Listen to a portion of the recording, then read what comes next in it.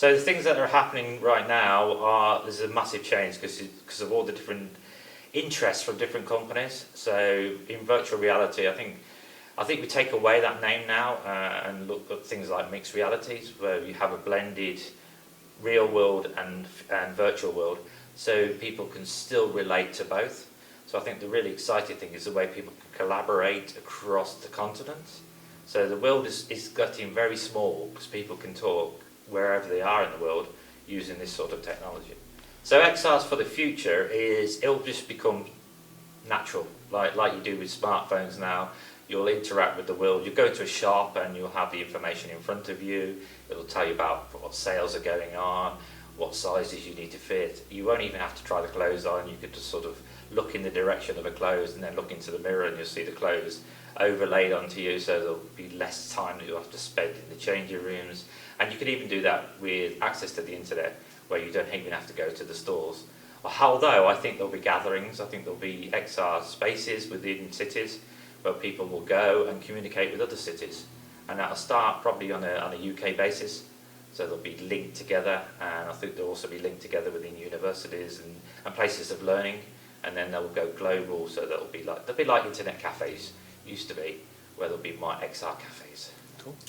So the UK Metaverse Alliance, which is what I chair, and we are basically a group of experts that have been in this particular industry for an awful long time, starting with things like Second Life, which was probably the first sort of metaverse environment. And what our plan is just to be advisors. So we're not here for profit, we're not here to say this is what you should do. With our expertise and our learning, we just want to say, well, this is the way to go. This is what we would advise. This is how we can help you. This is the people you should be talking to. So we're a bit of an information base. We hope to produce a lot of use cases that people can relate to. So maybe a database of use cases which they can access. But mainly we're there as somebody to go ask. So there used to be a famous web browser called Ask Jeeves. And it's the same sort of thing. Why don't you just ask us, we can help you out. And one of the biggest things is to talk to policymakers. Because I think policymakers sometimes have their head in one direction and may not have all the information they need, or get the information from areas that are not really the people they should be talking to. Because there's a lot of people doing this sort of technology at the moment and may not have the depth of knowledge. And I'm not saying I personally do, but with the combination of these 20 or 30 people we have in the Metaverse Alliance, we can usually solve or answer most questions and advise people in the right direction. So, working with policymakers, I mean, one of the things that worries people an awful lot is how people will work within, say, a Metaverse environment. There are challenges within safeguarding, and also harassment, abuse, things like that. I think one of our main goals within the Metaverse Alliance is to make sure those policies are in place, make sure that the people are listening. So I've talked about it in the past about lawyers, solicitors. They all need to start thinking differently of the world that we will be living in. So you can't really go on so many on old laws. It has to adapt very quickly. So we should, in theory, with the policymakers and we're informing them, head to the direction that we want, not the direction that looks like we might inherit. So with the future effect on society and environment and things like that, it's obviously going to make a difference. But I think it's going to be a positive, because there's so much negative press about all the energy involved in the metaverse and things like that. But you also have a way of simulation. You have a way to solve problems. And with the combination of knowledge of people that, I mean, I can communicate with people in America by just putting the headset on, or you get involved with them, you're in the same room with them. So if you can combine the knowledge that is spread across the earth or the world, it'll answer questions quicker. So if we can keep it in line with making it a place where we want to be, but we can also solve those problems quicker.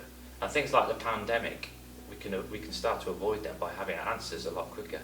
Because that proved that people working faster and together, we can come up with vaccines.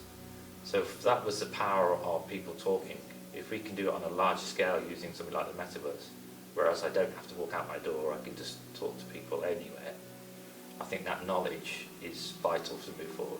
And I come from an automotive background who have been designing cars in a virtual space probably since the early 2000s.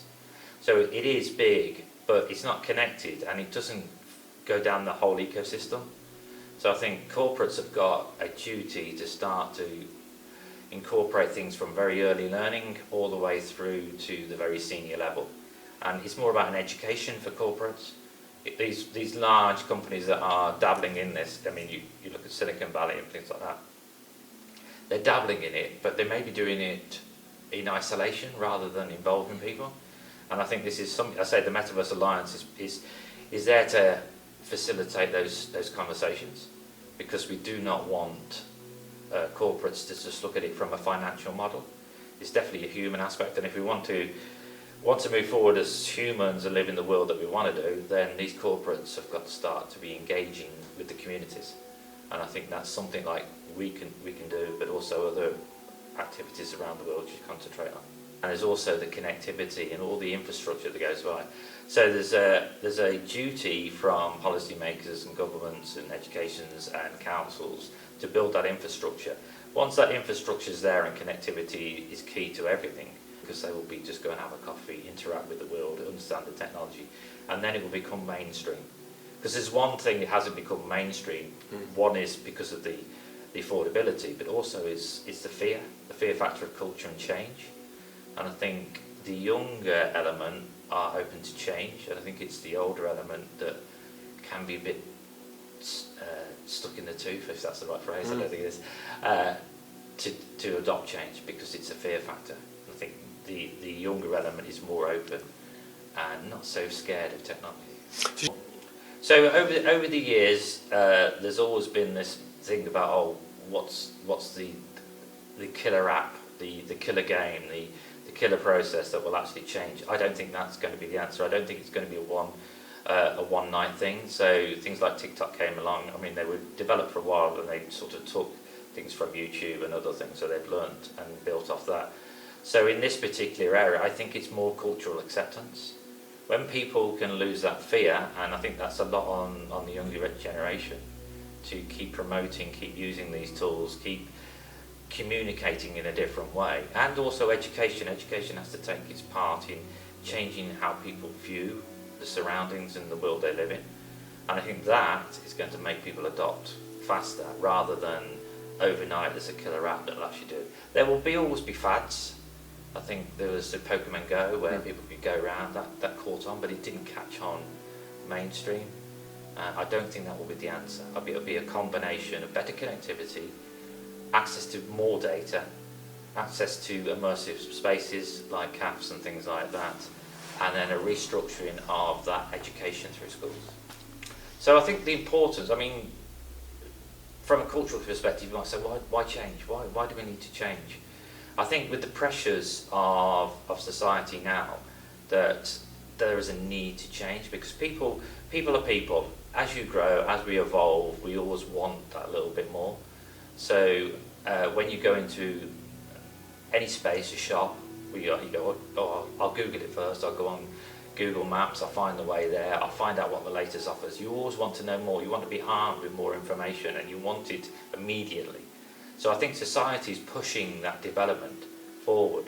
And I think the opportunity to connect the world, I mean, I really enjoy going into an immersive world, and then I go up to somebody and we're chatting away, and I find that they're from South America or something like that. And there is a language barrier in some of it, but sometimes you can get through that language barrier. But you're talking to people that you're never ever going to see, and you're learning about what their experiences of life with. And that will start communities understanding different cultures, different pressures on cultures through upbringings, and I think there'll be a levelling out. There'll be more of a common understanding of how people exist in this world, and I think that will solve a lot of troubles, because people start to understand. And when you understand people, you can see their perspective. It's like walking in their shoes for a while. In immersive tech, you can start walking in other people's shoes. Visualise what those sort of experiences are like, and that gives you empathy and gives you understanding. So I think it's got a real powerful message to people that don't understand other people's opinions. So that's what I mentioned earlier. It shares that experience builds empathy, builds understanding, and it should build a better society, in theory. Yeah, so with the Metaverse, the UK Metaverse Alliance we are talking to policymakers already. We've got no hidden agenda, we've got no motive. It's not a matter of we wanted to build the next new world. All we want to do is make sure that it's a world we want to live in. So we're open to input, but we're also open to output of telling or advising policymakers. Because I think we want to live in a society where if you're going into a virtual world, you're safe. You've got no hassle from anybody. You've got empathy with other people. You can understand them. You can, as I say, you can walk in their shoes. So we want policymakers to make sure that anything that evolves for the future is what we want it to be, rather than what is imposed on us. And I think these people are the people that make those decisions. So we're influencing them, giving them the advice, giving them the tools they need to make those decisions.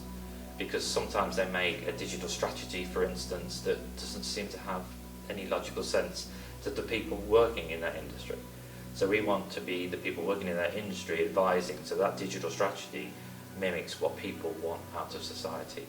Part of what we do today, but in theory better. So we try and eliminate some of the problems that are causing all these issues. If we can get the policymakers on board, we can get them to listen, and we can get people to communicate. So if they can report back very quickly, and if we can influence the policymakers, we could also police the immersive networks, so they become self-policing for one, but also have the power in order to remove these elements from society. That is a big ask and a big challenge, but it's something that I would say 99.9% of the people working in the metaverse and also working in technology want it. So we need to remove that 1%. It is difficult, but if we're working together and we have some influence on people with power to make these changes, then that is one of our main focuses within the UK Metaverse Alliance.